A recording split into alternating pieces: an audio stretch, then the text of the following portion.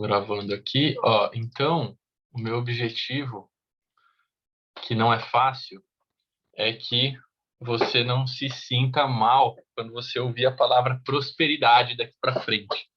Que é aquele estigma da teologia da prosperidade, você entenda o que é prosperidade, saiba diferenciar a hora que está passando do ponto, né?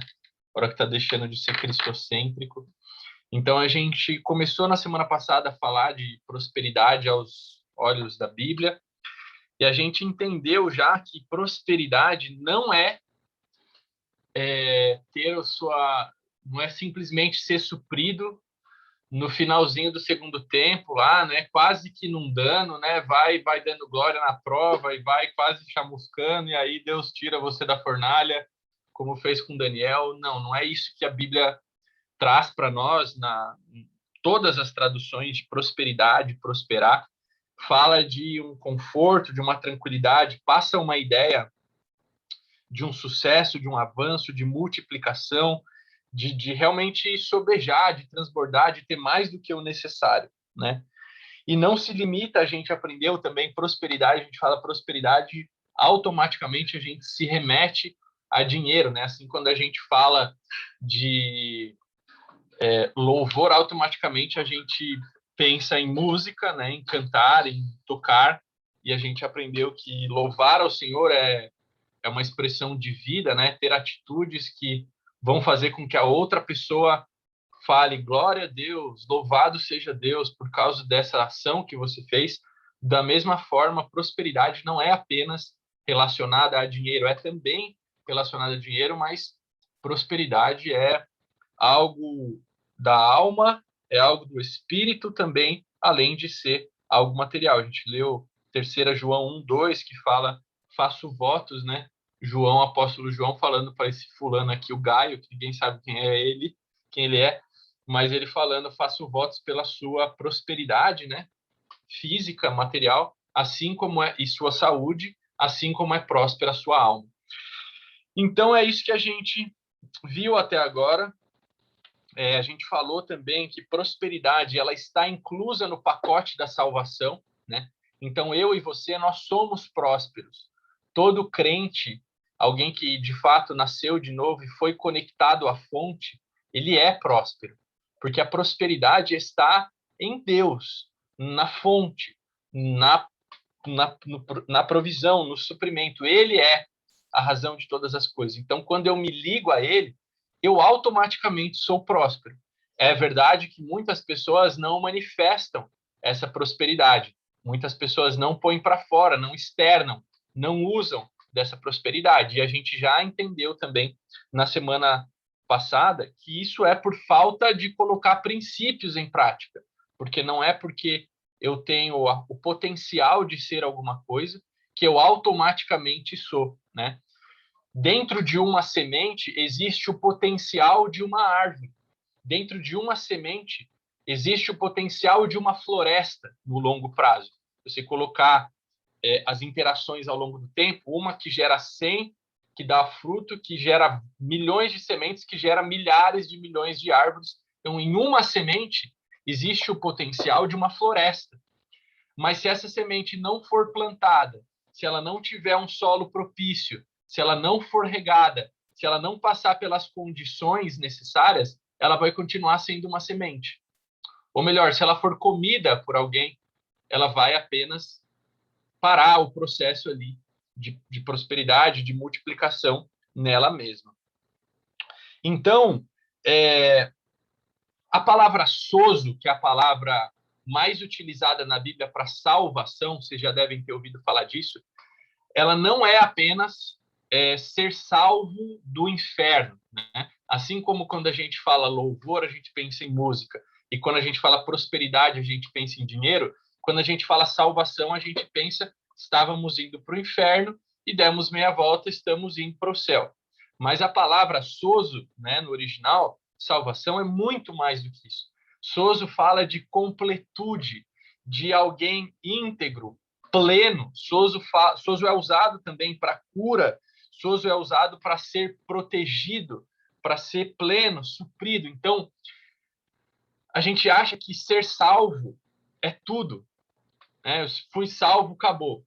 Ser salvo é apenas o começo, porque você tem acesso agora a tudo de Deus quando você entra no reino do Espírito.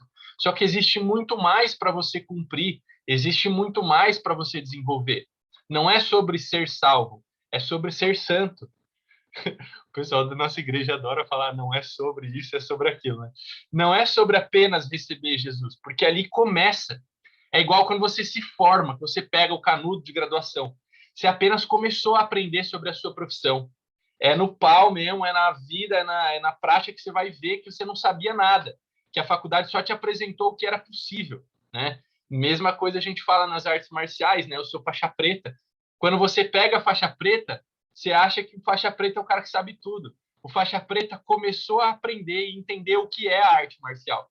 Ele não é um graduado, ele é um graduado, como alguém que sai da faculdade, mas ele está começando a aprender ainda. Agora ele tem dentro da caixa de ferramentas dele várias ferramentas, ele vai começar a usar, ele vai começar a ensinar e aí ele aprende mais, como eu faço aqui com vocês. Então não é sobre ser salvo, é sobre colocar a salvação em prática e ver que existe muito mais ainda. Então, se ser salvo é ser pleno, ser suprido, então, quando eu sou salvo, existe dentro de mim a capacidade de ser próspero.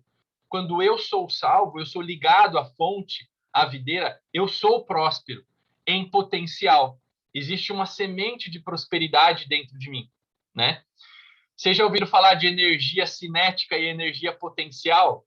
Lembra disso na escola? Você técnico igual o Paulo Borges, ou ficar falando umas fórmulas. A energia potencial é aquela que ela ainda não virou movimento, mas ela tem a capacidade de virar movimento. É uma queda d'água. Pensa numa hidrelétrica que tem uma distância entre o chão e aonde a água está. Então, ali existe energia potencial. Ela tem potencial de se tornar movimento. Quando ela chega lá embaixo, ela já se tornou movimento e já não tem mais potencial nenhum. Ela usou tudo que ela tinha para virar movimento. Então, o que eu estou dizendo para você? Será que é minha internet, gente? Espera lá. Deixa eu tentar trocar. Não, tá totalmente bom. Pra Tá, mim tá ok. tá. E para você, Ive? Você tá ouvindo bem? Para mim tá. Então, acho que é aí, Bruno. O meu tá torado aqui, a Wi-Fi tá no máximo. Se quiser, fecha sua câmera para ver se fica melhor. Bom, então, quando a água está lá em cima, ela tem muito potencial e pouco movimento. Quando ela chegou lá embaixo, na queda d'água, ela já deu tudo que tinha que dar e não tem mais potencial. Então, dentro de mim e de você, no momento em que a gente nasce de novo, que sozo acontece para nós, existe o potencial de um monte de coisa. Existe o potencial de ser próspero, existe o potencial de andar em saúde divina, existe o potencial de curar pessoas, existe o potencial de se mover nos dons, existe um monte de coisa disponível para nós quando a gente sai da faculdade, quando a gente pega a faixa preta, quando a gente é salvo, é só o começo. Agora, muita gente não manifesta isso, fica só numa semente, tá? E aí uma definição que eu usei, que eu achei legal, prosperidade é abundância e suprimento para desenvolver tudo aquilo que o Pai chamou você para desenvolver. Então, Adão, lá no princípio, ele era suprido, ele era próspero, porque ele tinha abundância de recursos para tudo aquilo que Deus chamou ele para desenvolver. Então, se você é nascido de novo e tem a prosperidade, a semente da prosperidade, o potencial da prosperidade dentro de você, e o Senhor te chama para um projeto, ele vai colocar diante de você as ferramentas, os suprimentos, os recursos que você precisa para manifestar. Isso é ser próspero. Não é apenas ser muito rico. É também ter suprimento, é também ter recursos disponíveis para desenvolver qualquer que seja o seu chamado, tá bom? Agora, eu quero responder com vocês hoje, durante a nossa aula, duas perguntas e depois mais algumas. Mas vamos começar com essas primeiras duas aqui. Primeira pergunta que eu quero responder: Deus tem interesse? Deus se importa? Deus está ligando para que eu e você manifestemos essa prosperidade ou não? Então, a gente sabe que Deus fez uma regra lá, Deus estabeleceu algumas regras para Adão. Depois da queda, Deus refaz as regras, acrescentando algumas novas a Noé. Depois ele fala uma aliança, novas regras com Abraão. Ele fala algumas coisas para Josué. Depois ele faz uma regra nova com Davi.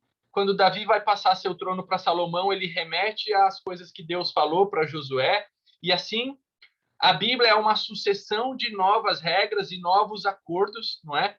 Mas se a gente quiser olhar para a vontade pura, límpida de Deus, a gente olha lá para o Éden. É por isso que a gente leu Gênesis capítulo 1 na semana passada. E a gente vai ler de novo. Gênesis capítulo 1, 26 e 27. Para tentar descobrir se Deus tem interesse, prazer, vontade, se ele tem uma opinião sobre a gente manifestar a prosperidade. Eu vou ler 26 e 27. Disse Deus, façamos o homem à nossa imagem, conforme a nossa semelhança. Tenha ele domínio sobre os peixes do mar, sobre as aves do céu, sobre os animais domésticos, sobre toda a terra e sobre todos os répteis que rastejam pela terra. Criou Deus, pois, o homem, a sua imagem, a imagem de Deus os criou, homem e mulher os criou. 28, eu li do 26, desculpa, não sei se eu falei 26 e 27, eu vou ler até o 28. E Deus os abençoou, guarda essa palavra, abençoou, e lhes disse, sede fecundos, multiplicai-vos, enchei a terra, sujeitai-a, dominai sobre os peixes do céu, as aves, os peixes do céu é boa, né? Sobre os peixes do mar, as aves do céu e todo animal que rasteja sobre a terra. Então, veja, quando Adão foi criado, não existia dinheiro, porque não existia comércio, né? Enquanto não existiu a necessidade de eu trocar a banana que eu plantava pelo gado que o outro criava, não precisou de ter dinheiro. Era feito troca e Adão estava sozinho lá, ele e Eva, estava tudo disponível, não tinha necessidade de ter dinheiro. Agora, Deus planta um negócio, Deus planta um jardim com abundância de um monte de coisa, cheio de animal, cheio de fruta, cheio de árvore, e põe Adão para governar tudo aquilo. Eu pergunto a vocês, Adão era rico? Se existisse dinheiro naquela época, Adão seria rico? Com certeza, ele era dono de tudo. Ele era dono de tudo. O Senhor colocou na mão dele, exceto as 2 árvores lá, mas o resto ele era dono de tudo. Eu acho que ele era próspero. Veja, Adão tinha tudo, não lhe faltava nada, ele tinha abundância, suprimento. Se por acaso Deus colocasse uma outra pessoa e precisasse fazer um escambo ali com a pessoa, uma troca, ele tinha de tudo para trocar. O que a pessoa quisesse, ele tinha. Adão era rico, né? Em medidas, em conceitos diferentes do que a gente entende hoje, mas existia prosperidade sobre a vida de Adão. Na sequência ali, vamos falar, José do Egito, chegou sem nada no Egito, prosperou. José era rico, José governava, tudo que era do faraó passava na mão de José. Ele tinha terras, ele tinha bens, ele tinha, não sei se ele tinha concubinas naquela época, mas enfim, ele tinha posses, ele tinha autoridade, né? Então José tinha prosperidade. Abraão, assim como Deus disse a Adão, eu prosperarei, assim como Deus disse a Adão, eu te abençoarei, Deus fez 3 promessas em diferentes lugares para Abraão. E eu não sei se nas 3, mas pelo menos em 2, ele fala, eu te abençoarei, eu abençoarei a quem você abençoar, amaldiçoarei a quem te amaldiçoar, e eu prosperarei a sua descendência, você será pai de muitos filhos, e assim como ter terras e animais, ter muitos filhos era sinal de prosperidade. As mulheres era sinal de bênção, perdão. As mulheres que não tinham filhos, como lá a Ana, mãe de Samuel, ela tinha um sentimento de que ela era esquecida de Deus, de que ela era amaldiçoada. Então, ter filhos era sinal de ser abençoado e, consequentemente, de ser próspero. Então, quando Deus diz para Abraão, eu vou te prosperar, eu vou te dar muitos filhos, você será pai de multidões, ele disse para Abraão, você será próspero. E Gênesis capítulo 13, verso 2, diz que Abraão era muito rico. Então, a Bíblia não só diz que ele era próspero, aliás, a Bíblia não diz exatamente, especificamente que ele era próspero. A Bíblia não diz apenas que ele era abençoado, mas deixa claro que ele era rico. Jó, Jó que a gente estudou, a Bíblia deixa bem claro também no capítulo 1 que ele era rico e que a riqueza dele era porque o Senhor o havia abençoado. E aí ele perde tudo e depois Deus restitui e dá tudo em dobro para ele. Então, se Jó era rico, no final ele era muito rico. Outro exemplo aqui, Josué. Josué foi um dos maiores conquistadores, né? A Bíblia não fala que Josué tinha posses, não fala que Josué tinha castelos, porque ele estava em movimento. Josué estava dominando terras, Josué estava expandindo o território. Agora, ele chegou lá na Terra Prometida e ele começou a tomar todos aqueles lugares. Quando ele ia lá e tomava um novo lugar, ele pegava todos os recursos daquele lugar. Deus mandava que eles saqueassem, matassem aquelas pessoas e saqueassem toda a propriedade lá, exceto algumas vezes que ele pedia para sacrificar, quando era um povo mais idólatra e tal, e ele falava, não se junte com aquele povo, né? Não se reproduza com aquelas mulheres, não pegue daqueles bens, mas, via de regra, o Josué era um expansionista, era como Alexandre, ia tomando terras e ia anexando ao território de Canaã e ia tomando aquelas propriedades. Então, a não ser pelo fato de ele estar expandindo, ele certamente teria muitas posses, muitas terras na sua propriedade. Ele era o chefe daquele povo todo próspero, né? Quando o povo estava entrando na prosperidade da terra prometida de Canaã. Então, Josué era assim próspero e rico. Nem preciso entrar nos detalhes de Davi e Salomão, né? Salomão foi o homem mais rico do mundo. Davi também foi um dos maiores reis, o governo mais bem estabelecido da época, tanto que o povo achava que o Messias, o povo judeu, ele achava que Jesus não era o Messias, porque ele via que o Messias tinha que ser muito parecido com Davi, né? Ele tinha que ser um rei poderoso que ia massacrar lá o Império Romano, que dominava os judeus naquela época, dominava aquele território, oprimia aquele território, porque eles viam Davi como um modelo de um rei, né? E aí eles se confundem quando a Bíblia fala que Jesus sentaria no trono de Davi, né? Então, por isso os judeus não o aceitaram, mas então Davi era um modelo de um rei próspero, de um excelente rei, Salomão também. Então, aqui, gente, a gente vê uma série de exemplos onde essas pessoas eram plenamente supridas, abençoadas e prósperas. Então, me parece que Deus escolhia algumas pessoas e prosperava a vida delas e abençoava a vida delas. Agora, com certeza existia alguma coisa que elas tinham que fazer. Deus não as abençoava de graça, a não ser Adão, né? José precisou obedecer ao Senhor e fazer uma série de coisas. Comeu o pão que o diabo amassou, por assim dizer, foi vendido pelos irmãos, sofreu, foi para a prisão e tal. A Bíblia não fala muito a respeito de Abraão em termos de empreendimento e tal, mas ele foi fiel ao Senhor, saiu da sua terra, da sua parentela, sem saber para onde ia. Jó, a gente já sabe a história, a gente já estudou. Josué foi forte e corajoso, seguiu, obedeceu ao Senhor, fazendo o que o Senhor queria para expandir o território, para dominar a terra prometida. Davi, um homem segundo o coração de Deus, e Salomão era extremamente sábio e hábil no comércio que fazia e tudo lá, depois se perdeu no final, né? Mas enfim. Esses caras faziam por onde? Não era apenas uma bênção cega que Deus deu sobre eles. Deus também deu a eles capacitação para que eles desenvolvessem, para que eles prosperassem, fruto de algo que era fruto da bênção de Deus, claro, mas o que eu quero dizer para você é que não era de graça. Existia algo que eles tinham que fazer. Assim como a gente entendeu que a bênção de Deus, para nós hoje, que é potencial, se manifesta quando a gente segue princípios, e a gente leu na semana passada uma série de princípios aqui, né? Como, por exemplo, não andar no caminho do ímpio, ter prazer na lei do Senhor, confiar e esperar no Senhor, não se desviar de dia e de noite, ser corajoso, e vários outros textos que a gente poderia pensar, onde a prosperidade, onde a bênção está relacionada a algo que eu tenho que fazer. Esses homens também fizeram por onde, né? E aí, só para não ter confusão, alguém pode dizer assim, Gustavo, mas você está falando aí que Deus abençoava essas pessoas e prosperava elas. Mas e os profetas?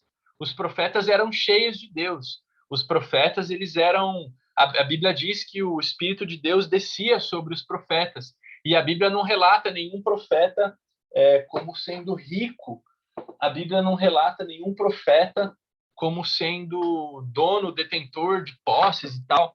Bom, aí eu remeto a você que a prosperidade, como a gente entendeu, é ser suprido para fazer aquilo que o Senhor o chamou para fazer, né? O Senhor chamou Davi para ser um rei, Salomão para ser um rei, Josué para ser um expansionista, Abraão para ser um expansionista, José para ser o governador do Egito. E Deus chamou os profetas para quê, gente? Deus chamou os profetas para anunciar as coisas que haveriam de vir. Eles tinham, muitos deles, um ministério itinerante. Eles saíam andando de casa em casa, como a gente vai ver já já, que foi o ministério de Jesus nos 3 anos. Isso não significa que eles não eram... isso não significa que eles eram pobres. Havia provisão do Senhor para eles. Quando ele foi lá ter com aquela mulher, que eu não me lembro o nome lá, que ela ia comer só um bolinho e ia morrer, que ela só tinha aquilo, né? Um pouquinho de farinha e tal. Ele tem a pachorra de falar para a mulher, eu sei que você vai morrer, querida, mas faz um bolinho para mim primeiro. Olha a consciência de que ele seria suprido em tudo. Deus em tudo provinha para esses profetas, né? Então, prosperidade, no caso deles, era abundância de suprimento e recurso para aquilo que eles tinham que fazer, para aquilo que eles tinham que desenvolver. Então, vamos ver, por favor, Ive, lê para mim Isaías 1:19, por favor. O que tem, Elias? Fala aí. Foi ele, né, que foi lá com azeite e a farinha. Filha, me dá aí que o Senhor vai prover na sua vida. E foi Elias, né? Depois continua com Ezequiel. Eliseu. Não é Ezequiel, não. Eliseu, desculpa, Eliseu. É muito perto esses nomes. Vai lá, lê para mim, Bru, também depois, Romanos 5:17, por favor. Isaías, não lembro o número. 1:19.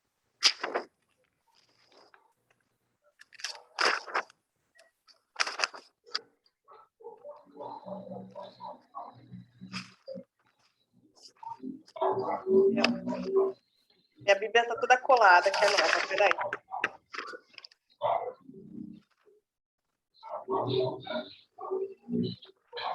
Vamos lá. Isaías 1:19. Se vocês estiverem dispostos a obedecer, comerão os melhores frutos dessa terra. Beleza. Esse texto aqui, gente, eu li para vocês, quando é que foi ele? Quando a gente estava estudando louvor, eu li um texto que vem antes desse, uns versos antes, onde Deus fala, eu estou farto de sacrifícios. Para de ficar me matando os bezerros aí, se vocês estão vivendo uma vida completamente diferente do que eu chamei para vocês viverem. Então, aqui ele está descrevendo que ele está descontente com o povo, né? Primeiro capítulo de Isaías, ele começa a falar que Deus está descontente com o povo, que não está certo do jeito que está, mas eu te digo uma coisa, se você quiser e me ouvir, você vai comer o melhor dessa terra.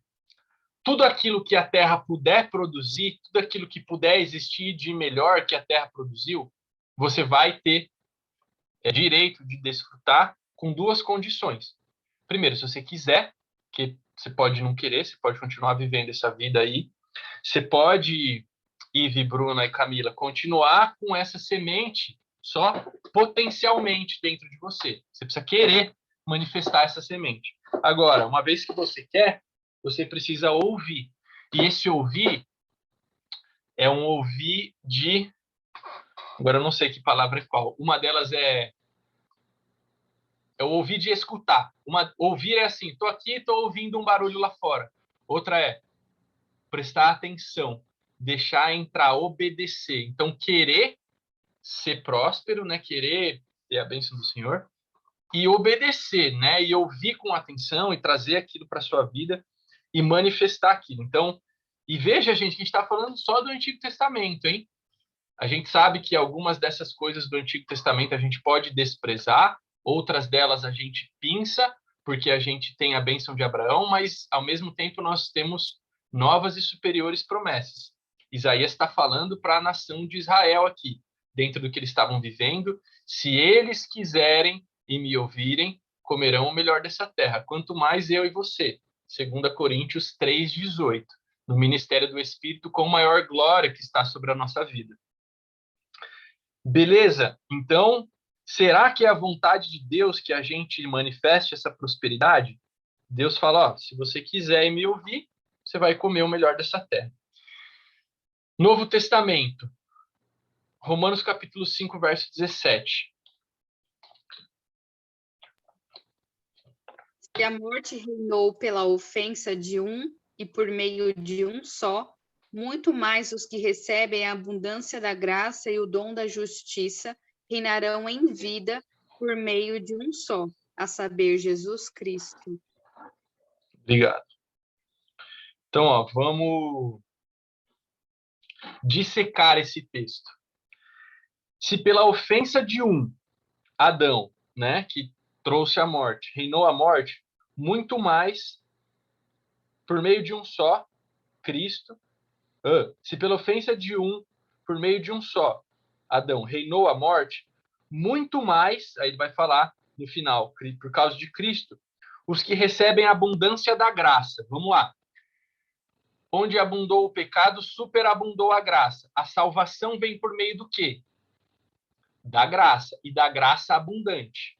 Então, onde abunda a graça, quem recebe o dom da justiça, o que é um dom? É algo dado por Deus, que você não merece, é alguma coisa que ele te deu de graça, sem você pedir, sem você merecer. Que dom que ele deu? O dom da justiça. O que é ser justo? Alguém lembra o que é ser justo? Vocês já aprenderam isso? Não? Salvação, gente. Justificação é a salvação do espírito.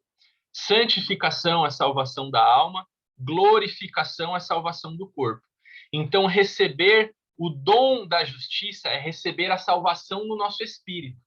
É a porta de entrada. Quando você aceita Cristo, naquele dia você recebeu o dom da justiça. Por causa do quê? Da graça. A salvação vem por meio da graça eu recebo o dom da justiça. Está fazendo sentido? O passo a passo, dissecando o texto aqui?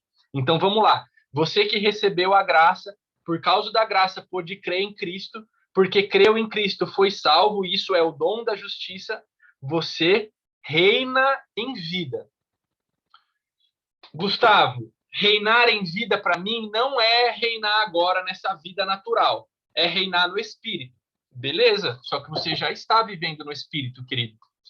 De nenhuma forma, sob nenhuma interpretação, qualquer teólogo jamais olhou para esse texto e disse que esse reinar em vida é reinar na glória. Não existe esse espaço para interpretação. Você pode interpretar que esse reinar em vida é a vida natural, é a vida de hoje. Beleza, então vamos reinar em vida, vamos andar como reis aqui, comer o melhor dessa terra. Se você quiser falar, não, Gustavo, não é reinar na vida natural, é reinar na vida espiritual. Beleza, você já está na vida espiritual, querido.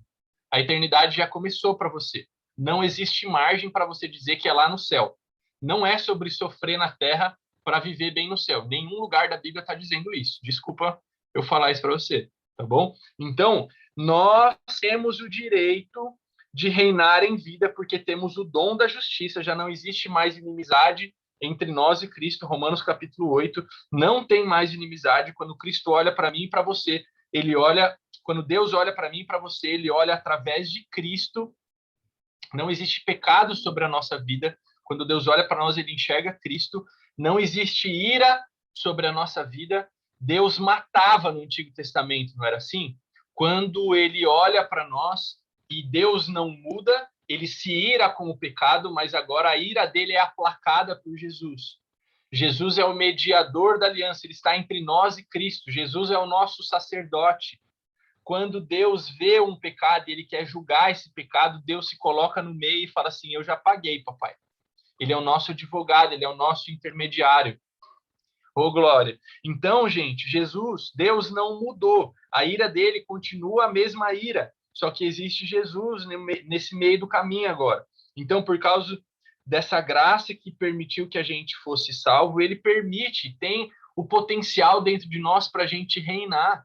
João 10:10, eu vim para dar vida. O ladrão veio para roubar, matar e destruir mas eu vim para dar vida. E vida em abundância, não é qualquer vida.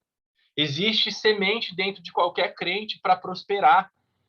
Amém? Tá fazendo sentido isso para vocês ou não? Ou tá forçando a barra demais? Beleza. Eu e você somos chamados para reinar em vida. Legal. Então, sugere, por esses textos que a gente leu e tudo que a gente conhece da palavra, que obediência ao Senhor gera bênção. Né? A palavra diz que Deus prefere obediência a sacrifício. A palavra diz, em Hebreus 11:6, que ele é... 11:6? 11 alguma coisa. Que ele é galardoador daqueles que o buscam. Salmos, se eu não me engano, 35 ou 37 diz, entrega o seu caminho ao Senhor, confia nele e ele tudo fará, ou o mais ele fará. Então, sugere que obediência gera bênção. Uma frase muito legal que eu gosto muito é: lugar de obediência é lugar de provisão. Então, se Deus está mandando você trocar de trabalho, você não está entendendo por quê, você vai ter um downgrade de salário, você vai ir para ganhar menos, é porque existe alguma coisa ali para você. Ele quer te prosperar. Talvez não financeiramente, no primeiro propósito, mas ele quer te apresentar uma pessoa, ele quer te ensinar uma nova habilidade. Deus quer nos prosperar. Então, lugar de obediência é lugar de provisão. Se ele falou para você falar com tal pessoa, se ele falou para você ir para a direita, se você ouviu do Senhor, comece tal projeto. Se você ouviu do Senhor, faça tal coisa. Saiba que ele quer te prosperar. Saiba que lugar de obediência é lugar de provisão. Tá bom? Então, se Deus te deu um sonho, ele vai trazer os recursos, né? Um emprego, um negócio, a gente falou disso já na semana passada. Então, eu acho que a gente conseguiu entender que Deus tem, sim, interesse e prazer na nossa prosperidade, não só porque a gente olha lá no começo a vontade dele pura, límpida com Adão, mas com todas as alianças, com tudo que ele vem manifestando, me parece que a pessoa que ele escolhe abençoar, ele prospera. Eu e você temos a bênção de Abraão e, mais do que isso, temos uma nova aliança. Amém? Então, respondida a primeira pergunta, Deus tem sim interesse em que a gente manifeste a prosperidade, mas isso está em nossas mãos, a gente vai entender já já isso aqui. Agora, a segunda pergunta que eu quero responder para você. Se Deus tem prazer na minha prosperidade e ele se interessa em que eu prospere, que eu multiplique, que eu frutifique, por que ele tem prazer na minha prosperidade? Com qual objetivo ele tem prazer na minha prosperidade? É porque ele foi com a minha cara? Também, mas não só isso. Você está com o Isaías aberto ainda, Bruno? Não? É Ive, né? Vê para mim, então, 54. Isaías 54, versos 2 e 3.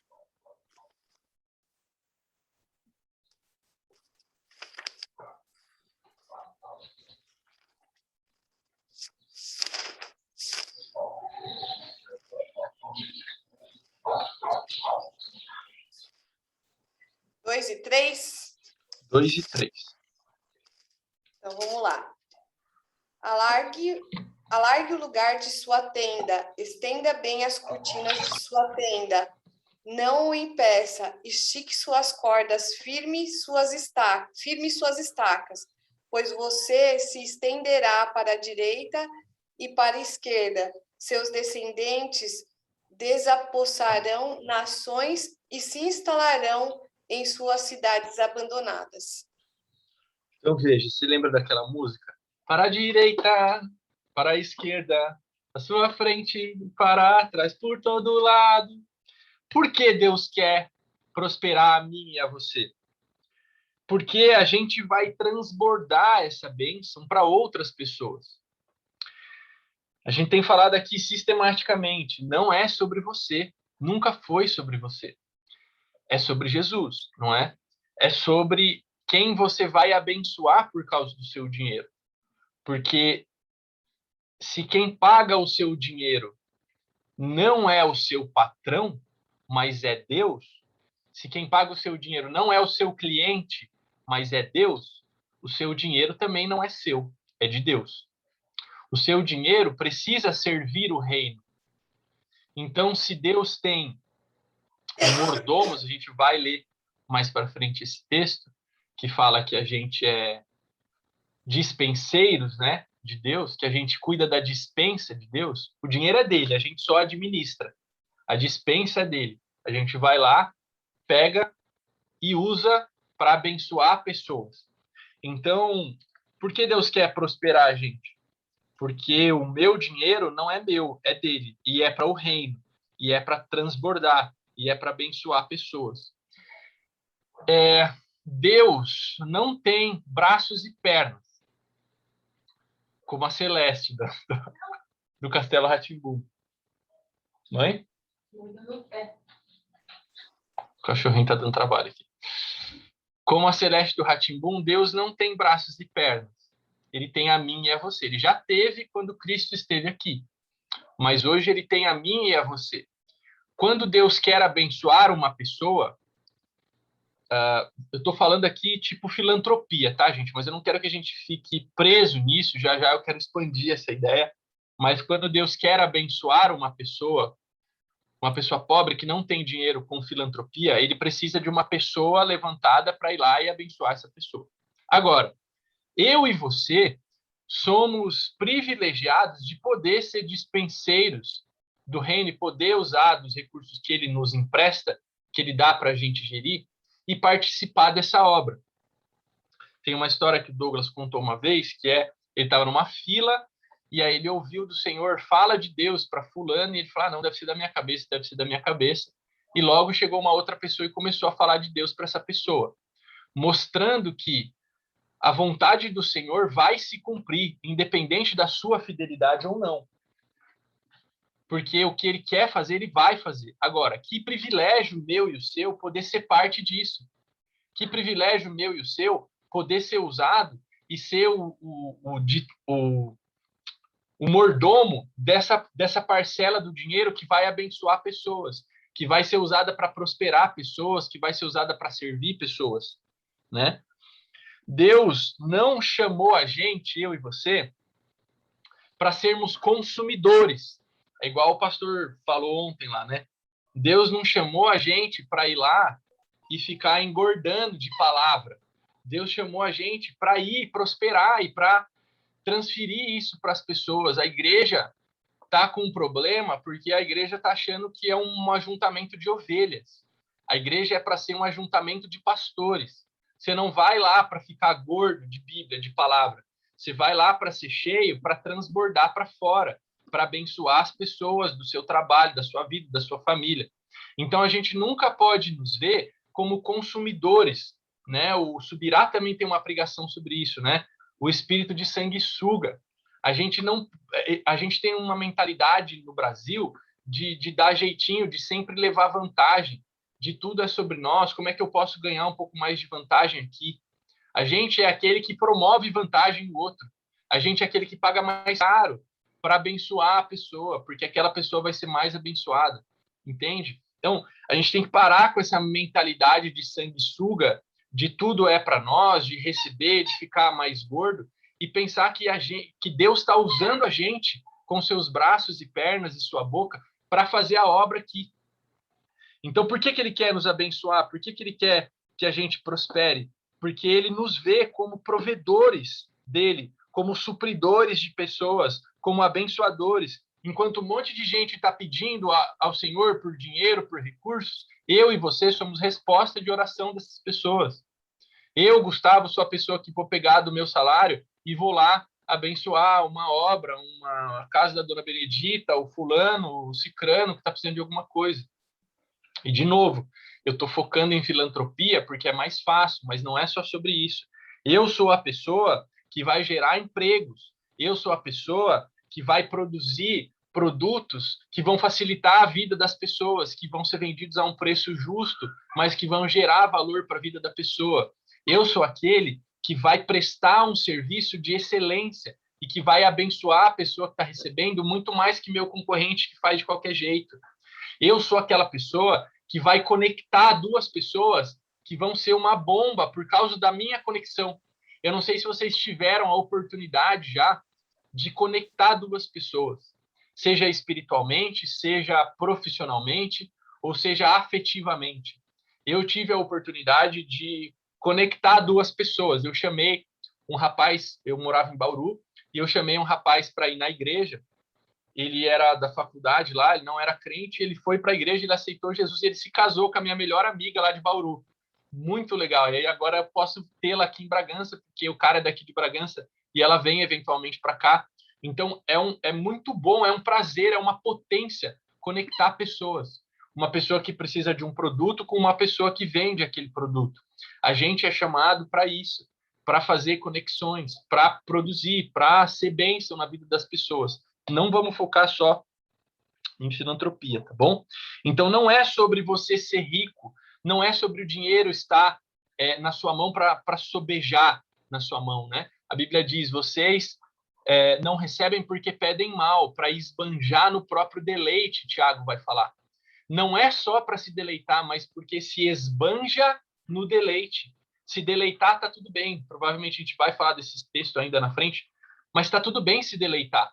O problema é esbanjar no deleite, é ter mais do que o deleite, é ter para deleitar você e mais um monte de gente, mas você segura em você, você prende em você, morre em você. Você come a semente em vez de plantar a semente para gerar mais para outra pessoa. Então, por que Deus quer nos prosperar, gente? Porque quanto mais próspero eu for, mais dinheiro eu tiver, mais eu posso transbordar nas pessoas. Por que Deus quer me prosperar como um mentor financeiro? Porque quanto mais pessoas ouvirem o que eu tenho para dizer, mais elas vão ser bem-sucedidas financeiramente. Por que Deus quer? A gente falou, não sei se vocês tiveram oportunidade de ver, acho que a Camila estava, a gente teve uma matéria sobre a cultura do reino, onde a gente falou sobre submissão e autoridade, né? A gente falou sobre liderança. Por que Deus quer promover eu e você como líderes, como influencers, não necessariamente digitais, mas como pessoas que têm autoridade e que têm pessoas sobre a sua influência? Por que Deus quer nos promover para liderar pessoas, para influenciar pessoas? Porque o líder é aquele que serve. Quando eu tenho uma capacidade de honrar pessoas e de servir pessoas, ele vai me colocar para liderar 10, porque eu vou servir e honrar e facilitar o trabalho desses 10. E quanto melhor eu fizer, mais ele me promove para liderar 100. Quanto mais servo eu for, quanto mais eu facilitar a vida dos meus liderados, mentoreados, quanto mais eu abençoá-los, mais o Senhor se interessa em me colocar um nível acima, porque eu vou influenciar mais pessoas. 1 Pedro capítulo 5 fala, humilhai-vos sobre a poderosa mão de Deus. Então, o que eu faço é me humilhar, me colocar, servir. E quanto mais eu faço isso, em tempo oportuno, é interesse dele me colocar exaltado. Humilhai-vos debaixo da poderosa mão de Deus, e em tempo oportuno o Pai vos exaltará. O sal não se atira na comida. Ele simplesmente faz o trabalho dele, que é salgar, e ele é colocado na comida. A lâmpada, ela simplesmente ilumina, e ela não fica debaixo da cama, ela é colocada em lugar de evidência. Por quê? Porque ela brilha bem. Quando eu e você entendermos que é sobre abençoar pessoas, mais você vai ter para abençoar pessoas. Vamos ver, isso está bem claro em 2 Coríntios. Você está com a Bíblia aí, Camila? Dá para ler 2 Coríntios, capítulo 9? Dá sim, só vou abrir aqui. 2 Coríntios 9, verso 6.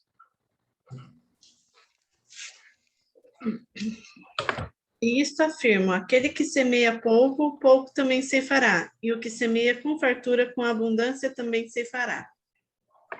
Fica aí que eu vou pedir para você ler mais um pouquinho, tá?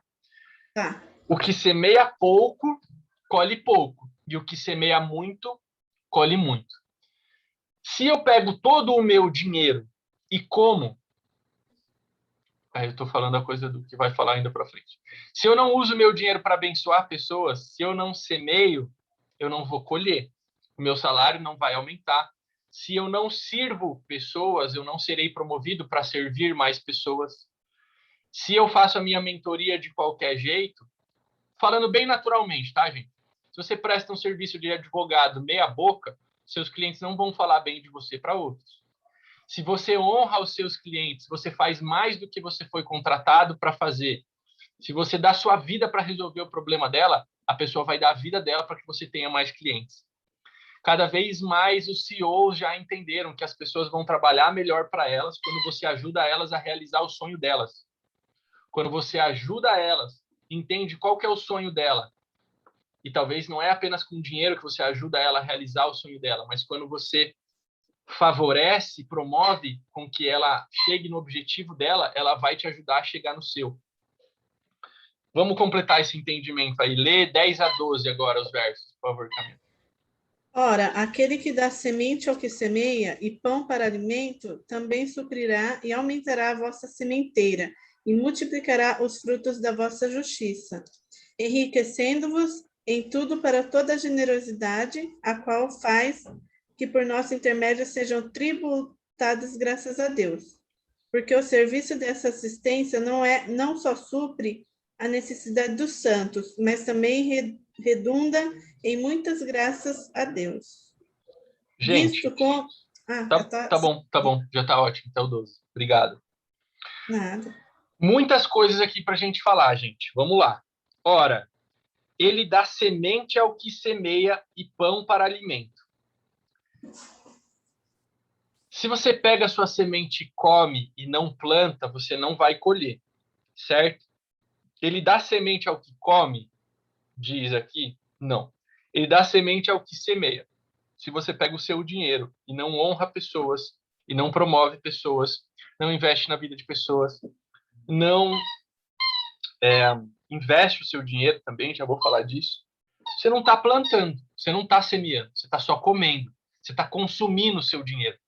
Você é um rio que tudo que chega ali em você é curva de rio. Os trem param ali em você, não flui através de você. Você não está sendo um bom dispenseiro, um bom mordomo. O que um dispenseiro e um mordomo? Você lembra da propaganda do Tang lá, Alfred? Ele usa o papel higiênico? Não, ele pega o papel higiênico e dá para os outros. Se você está consumindo todo o seu dinheiro, todo o seu salário, e não está servindo outros, e não está passando parte do seu dinheiro à frente, você não está plantando. Você está só comendo e não está plantando. E, consequentemente, Deus não pode te dar mais. Deus não pode te dar mais no sentido de aumentar a sua sementeira. Deus não pode te promover financeiramente, dar mais recursos, porque você não está sabendo usar o pouco que Ele te deu. Aquele que é fiel no pouco será colocado no muito, não é verdade? Aquele que pegou o talento e enterrou o talento, Deus disse, servo mal. Aquele que foi lá negociar o talento e de 10 fez virar 20, eu não lembro agora os números, mas aquele que multiplicou o talento, bem-aventurado. Parabéns, servo bom, entra no gozo do teu Senhor, né? Porque soube multiplicar os talentos. Vamos lá. Ele não apenas multiplicará ele aumentará a vossa sementeira, né? Então, ó, ele vai te dar mais semente, ele vai aumentar o número de sementes que chega até você. E ele vai multiplicar também os frutos da vossa justiça. O que são frutos de justiça, gente? O que é justiça? Nascer de novo, ter o espírito transformado, ser religado com Deus, né? Isso é justiça. Eu sou justiça de Deus. Deus me fez justiça. Ele vai aumentar os frutos da nossa justiça. Então, a evidência de que eu nasci de novo, tudo aquilo, os frutos do Espírito, tudo que é externo, que é visível a respeito da minha salvação, que mostra que eu nasci de novo, Deus vai multiplicar isso. E Deus vai me enriquecer, é bem claro, ele vai me enriquecer em tudo. Para que ele vai me enriquecer em tudo? Para toda generosidade. Deus não vai me enriquecer se eu não usar de generosidade. Se eu for apegado ao dinheiro, se eu for apegado ao dinheiro mesmo, como a história do jovem rico, vai e vende tudo que tem. Ah, não. Ah, então não quero. Se você for apegado àquilo, Deus não pode multiplicar a sua sementeira. Se você não for generoso, Deus não pode te multiplicar, te enriquecer e aumentar a sua sementeira. Por que a gente vai ser generoso?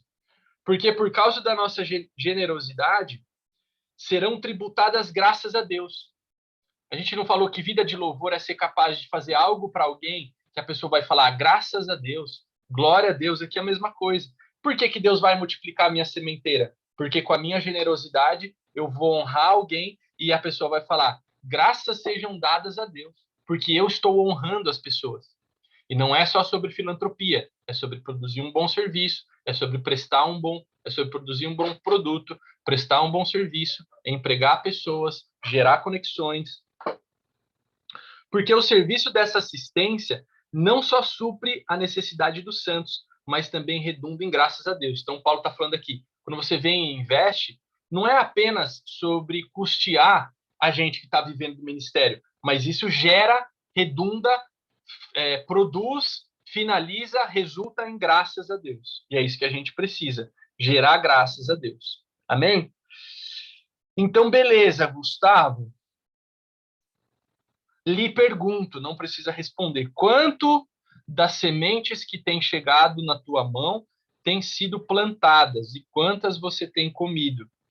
Quanto do seu dinheiro tem sido usado para servir pessoas, para prestar um serviço melhor, para você se capacitar, para você aprender como gerir e ser um melhor mordomo daquilo que Deus tem dado nas suas mãos? E aí eu falo para você, o que é comprar ações, fundos imobiliários, CDBs, se não investir nessa empresa? Quando eu compro um CDB, eu estou investindo em um banco. Quando eu compro uma ação, eu estou entregando o meu dinheiro para a empresa multiplicar. Quando eu compro um debênture, eu estou emprestando dinheiro para uma empresa. Então, investir o seu dinheiro, guardar o seu dinheiro, é também servir alguém. A gente está servindo uma empresa, né? A gente está usando os nossos recursos para multiplicar, a gente está semeando, né? Então, investir é semear. Gente, eu acho que eu vou parar por aqui. Deixa eu ver aqui rapidinho. 8:01.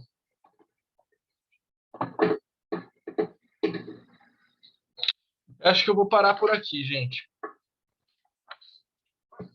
Tem bastante coisa ainda mais, mas não vai sair um pouco do contexto. Vou demorar muito para explicar isso aqui, a gente vai passar muito da hora. Eu quero respeitar o horário para a gente não ser cansativo para ninguém, que eu sei que a atenção vai indo embora. Tá bom? Perguntas? Para de morder, seu xarope. Perguntas? Tristezas? Dúvidas? Comentários? Aplicações na vida? Quem viu isso acontecendo? Quem entendeu que precisa ser próspero e generoso? Generosidade e prosperidade são chaves para o reino.